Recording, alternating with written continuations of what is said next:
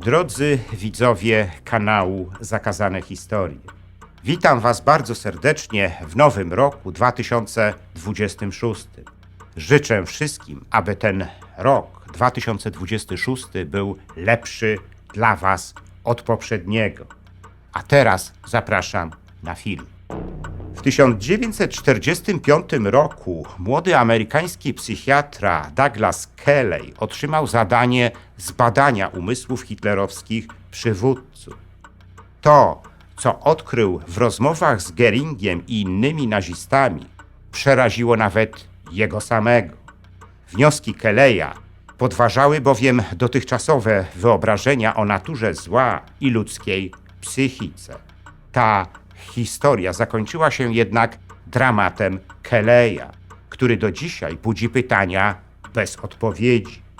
W dzisiejszym filmie opowiem o kulisach badań Kelleya, jego relacji z samym Goeringiem, przedstawię psychologiczne portrety zbrodniarzy z Norymbergi oraz mroczne wydarzenia, które doprowadziły do tragedii psychiatry.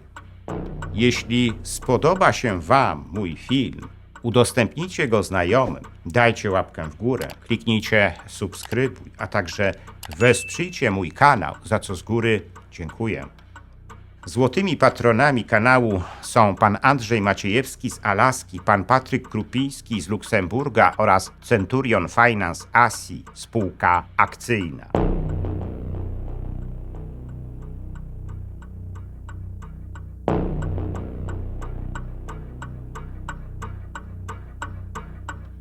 Przed świętami Bożego Narodzenia w polskich kinach miała miejsce premiera najnowszego filmu Jamesa Vanderbilta Norymberga. Scenariusz tego filmu oparty został na książce amerykańskiego dziennikarza Jacka L. Haya zatytułowanej Goering i psychiatra. Jak łatwo się domyślić, historia pokazana w tym filmie osadzona została w realiach procesu hitlerowskich zbrodniarzy, który po zakończeniu II wojny światowej toczył się przed Międzynarodowym Trybunałem Wojskowym w Norymberdze. Jednym z najważniejszych zbrodniarzy, którzy byli sądzeni przez Trybunał w Norymberdze, był Hermann Goering, jeden z najbliższych współpracowników wodza III Rzeszy, szef niemieckiej Luftwaffe, którego Hitler wyznaczył na swojego następcę. Zanim jeszcze zaczął się ten proces, Amerykanie postanowili zbadać aresztowanych zbrodniarzy i poszukać odpowiedzi na pytanie, dlaczego nimi zostali. Chcieli wiedzieć, czy mają jakieś wspólne cechy, które zadecydowały o czynieniu przez nich zła. Do realizacji tego zadania wyznaczony został młody, niezwykle uzdolniony amerykański psychiatra, kapitan Douglas Kelley. Ten ostatni skupił się w swoich badaniach przede wszystkim na postaci Hermanna Goeringa. Marszałek Rzeszy od początku wydawał się mu bowiem górować nad pozostałymi hitlerowskimi zbrodniarzami. Był niezwykle inteligentny, błyskotliwy i skutecznie manipulował faktami, aby kamuflować swoje własne winy. W rolę Kelleya w filmie Vanderbilta wcielił się Rami Malek, z kolei w rolę Goeringa Russell Crowe, znany wszystkim z głośnego filmu Ridleya Scotta Gladiator. Rozmowy, jakie w filmie toczą Douglas Kelley z Hermannem Goeringiem, dobrze pokazują sens poszukiwań odpowiedzi na pytanie, dlaczego ludzie stają się tak źli i dlaczego dopuszczają się tak straszliwych zbrodni. Ale Norymberga to także film o konfrontacji dwóch tylko pozornie odmiennych osobowości. Ta konfrontacja ma głęboki wpływ na amerykańskiego psychiatrę. Na pewno Norymberga to kawał dobrego wojennego kina z dramatem sądowym w ostatnim jego fragmencie, który warto obejrzeć. Zacznijmy jednak od głównego bohatera naszej opowieści, Douglasa Kelleya. Był jednym z tysięcy zmobilizowanych w czasie wojny Amerykanów. Gdy trafił do wojska, zostawił w domu młodą, wykształconą i równie ambitną jak on żonę Ducky. W ogarniętej wojną Europie Kelley pełnił służbę w 130. Amerykańskim Szpitalu Ogólnym Europejskiego Teatru Działań Wojennych. Tam, pod zwierzchnictwem pułkownika Lloyda Thompsona, najwyższego rangą psychiatry w amerykańskiej armii, zorganizował oddział dla żołnierzy cierpiących na tzw. syndrom wyczerpania bojowego i miał spore sukcesy w ich leczeniu. W maju 1945 roku wydawało się, że Kelley wróci do domu, ale tak się nie stało. Dowództwo amerykańskiej armii wysłało go do ośrodka w Bad Mondorf, gdzie osadzono aresztowanych przywódców III Rzeszy. Chciało się dowiedzieć, czy u aresztowanych można znaleźć jakieś wspólne cechy, które zdecydowały o czynieniu przez nich zła. I Kelley miał przeprowadzić te badania. Był zresztą niezwykle ambitny, tak jak cała rodzina McGlashanów, z której wywodziła się jego matka. To właśnie ona wykształciła w nim żądzę bycia mistrzem we wszystkim, czym się zajmował i potrzebę uznania tego mistrzostwa przez innych. Ale Kelley lubił być też zawsze w centrum uwagi innych. Te same cechy psychiatra odkrył później u Goeringa, swojego najważniejszego pacjenta. Goering był skupiony wyłącznie na sobie, ale też zawsze potrzebował widza i dlatego właśnie chętnie zgodził się rozmawiać z Kelleyem. Marszałek Rzeszy nie czuł się winny za hitlerowskie zbrodnie i nie miał z ich powodu żadnych wyrzutów sumienia. Bardzo za to tęsknił za rodziną, a zwłaszcza ukochaną córką Eddą. Psychiatra zawsze uważnie słuchał swojego rozmówcy. Gdy podczas jednej z takich rozmów Goering zaczął opowiadać o swoich pierwszych latach w NSDAP, bardzo ciepło wspominał współpracę z Ernstem Röhmem, szefem SA. Dla Kelleya było oczywistym, że obu łączyły silne więzi przyjaźni. Psychiatra nie wytrzymał wówczas i zapytał Goeringa wprost: ale jak pan mógł wydać rozkaz zabicia starego przyjaciela? Goering wbił wtedy swoje oczy w Amerykanina. W tym jego spojrzeniu było politowanie. I po chwili odparł: doktorze Kelley, czyżbym pana przecenił? Czy pan jest idiotą? A potem dodał jeszcze beznamiętnie: Röhm stanął na mojej drodze. To była jedna z tych rozmów, które głęboko utkwiły w pamięci Kelleya. Interesujące dla amerykańskiego psychiatry okazały się także rozmowy z Alfredem Rosenbergiem, głównym filozofem III Rzeszy. Według Kelleya Rosenberg wypracował w sobie system myślowy całkowicie oderwany od faktów i zawsze odmawiał jakiejkolwiek rewizji swoich poglądów. Psychiatra uznał Rosenberga za Hochstaplera, którego nawet powierzchowność przeczyła jego wewnętrznemu fanatyzmowi.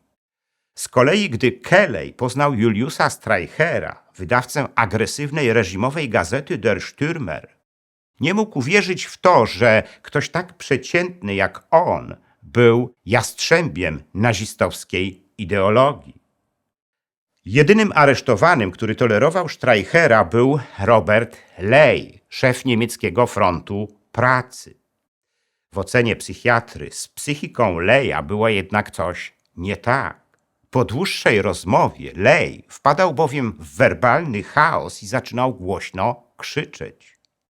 Ciekawość Kelleya wzbudził także Joachim von Ribbentrop, minister spraw zagranicznych III Rzeszy. Dla Ribbentropa Hitler był kimś w rodzaju ojca.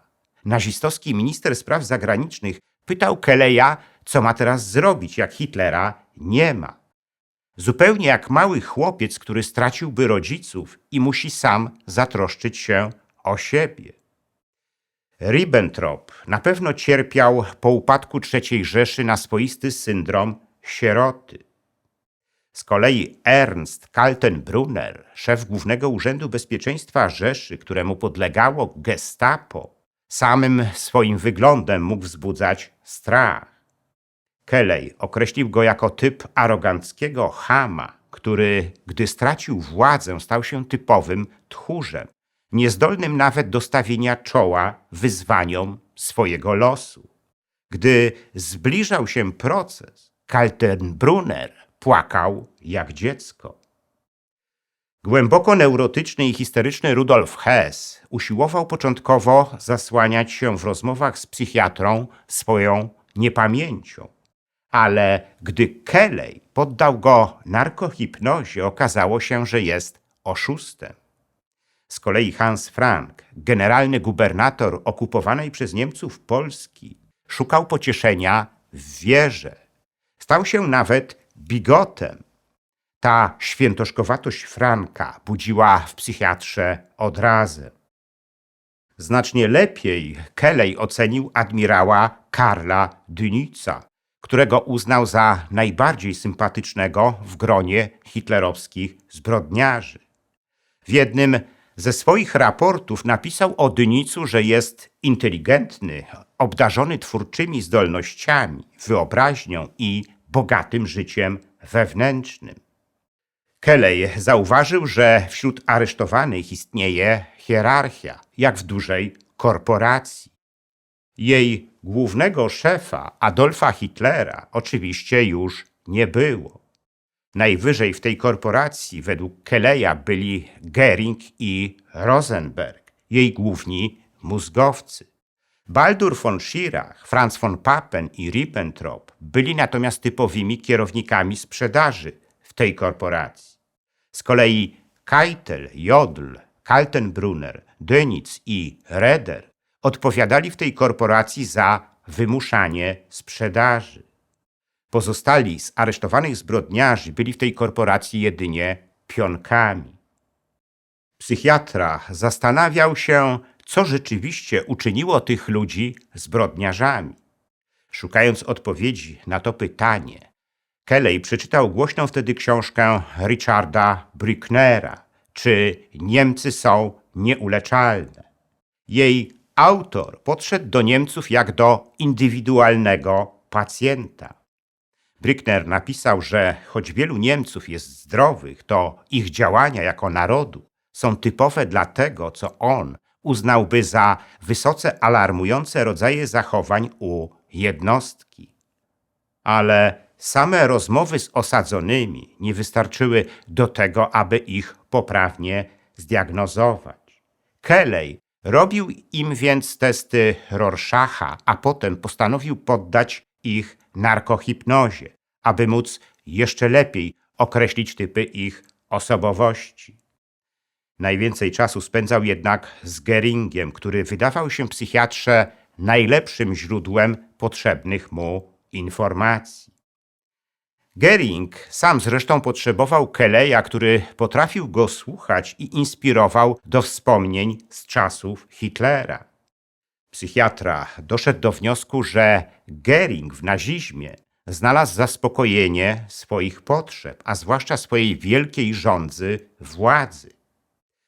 Tłumaczenie, że zabił swojego przyjaciela, bo ten stanął na jego drodze, tego właśnie dowodziło. W październiku 1945 roku trwały już ostatnie przygotowania do procesu aresztowanych zbrodniarzy.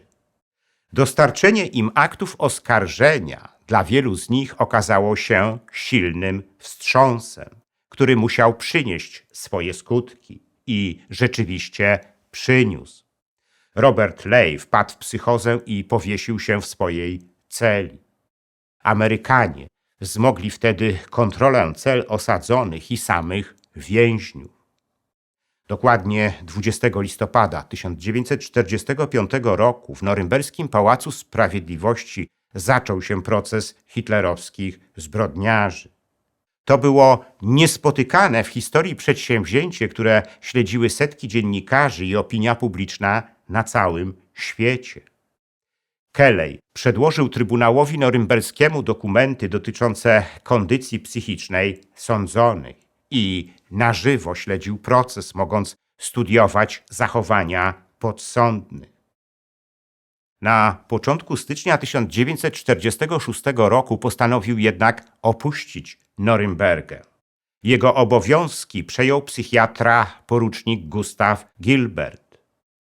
Powrót Kelleya do Ameryki był spełnieniem obietnicy danej wcześniej żonie, której nie widział od prawie 4 lat. Gdy psychiatra wrócił do domu, postanowił zadbać o swoją dalszą zawodową karierę. Analizował także przywiezione z Norymbergi wyniki badań, które zamierzał wykorzystać w swojej zawodowej pracy. Studiując je, doszedł do wniosku, że żaden z hitlerowskich zbrodniarzy, może poza Lejem, nie wykazywał choroby umysłowej ani też cech osobowości, które kwalifikowałyby się do uznania niepoczytalności. Wszyscy z nich, zdaniem Kelleya, mieli uczucia i reagowali tak jak inni ludzie. Ta względna normalność hitlerowskich zbrodniarzy postawiła przed nim kolejne ważne pytanie. Jak w takim razie wytłumaczyć ich niewytłumaczalne działania? Kelley doszedł wówczas do przekonania, że ogromna ilość ludzi na świecie jest potencjalnie zdolna do tego, do czego posunęli się hitlerowscy zbrodniarze. Ten wniosek wydawał mu się przerażający. Kelley zawarł go w swojej książce 22 cele w Norymberdze. Psychiatra dostał też uniwersytecką posadę w Berkeley, dorabiał również jako policyjny psychiatra i miał własny program w telewizji. Kelley, tak jak Goering, był zawsze pracocholikiem, perfekcjonistą i lubił być na pierwszym planie. W końcu psychiatra poczuł się przytłoczony tym wszystkim i zawodowo wypalony. Miał zbyt wiele obowiązków, aby je wszystkie wypełnić tak perfekcyjnie, jak zawsze to robił. W domu coraz częściej dochodziło do kłótni i awantur. Kelley nie zamierzał jednak sam pójść do psychiatry, bo to naruszyłoby jego autorytet. W czasie jednej z domowych awantur zaczął krzyczeć, że dłużej tak nie wytrzyma i wyjął ampułkę z cyjankiem i połknął. Nastąpił zgon. Kelley zabił się więc dokładnie w taki sam sposób, w jaki zrobił to Goering, jego najważniejszy pacjent z Norymbergi.